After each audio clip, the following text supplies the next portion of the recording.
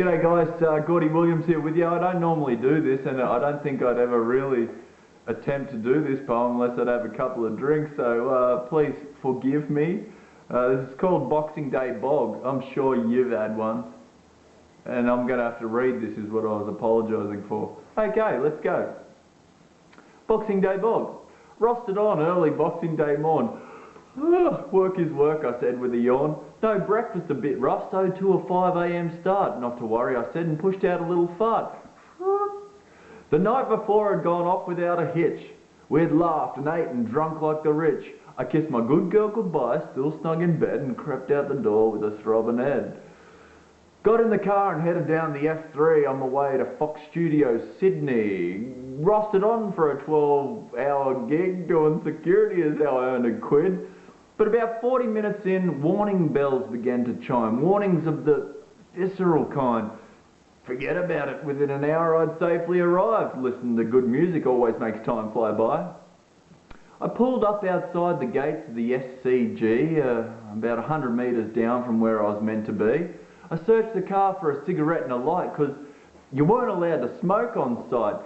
Lit up, inhaled, and took a good look around at the hallowed gates of our Sydney cricket ground.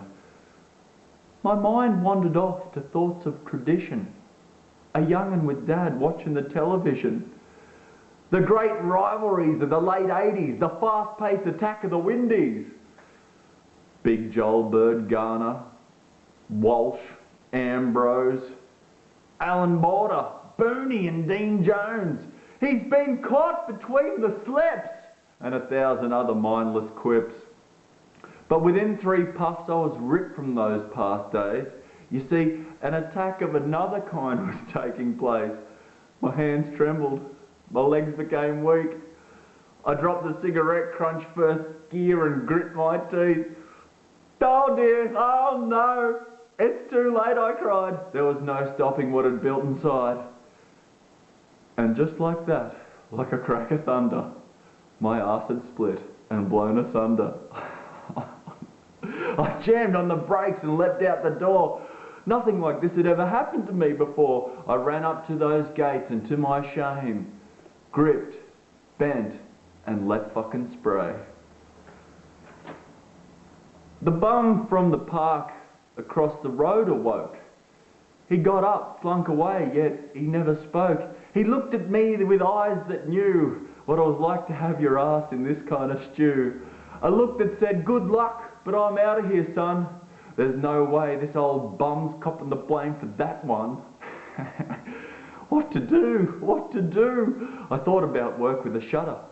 Threw me soiled gear in the gutter. Any other day I would have just drove away, but it was Boxing Day, and that's like double time and a half pay. I pulled into work and headed straight for the loo. Again, what to do? What to do? I still might be half a chance, I thought. I washed the spatter off my legs, cheeks and pants, gathered my wits and walked out the door with no idea of what would be in store. Because, you see, the security of the SCG were from a different company to me. And as I walked out that door, all I heard was, there! That's him! Him for sure! You filthy, dirty animal prick, came the sound. I knew there was no getting away with this now, for little did I realise, perched up upon those sacrosanct gates, a surveillance camera had captured the whole thing on tape. Oh, please, boys, forgive me. They told me, you got half an hour to clean up that slop, or we're reporting this whole thing to the cops. My workmates just looked at me with disarray. They literally had nothing to say. So I bucketed it all down and went and had a shower. One of the Lebanese blokes had to stay back an extra half an hour. I felt bad, offered to fix him up with $50.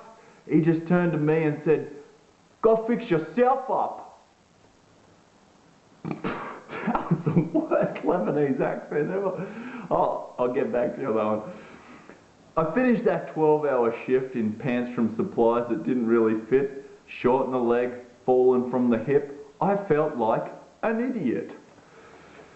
Needless to say, I eventually got fired. It doesn't take much of a guess as to why. I told my girl. I thought she'd understand. She didn't. So I just moved to Queensland. And it didn't take long for me to find my feet and get stable. Because you see, I scored myself a job with Telstra, laying cable.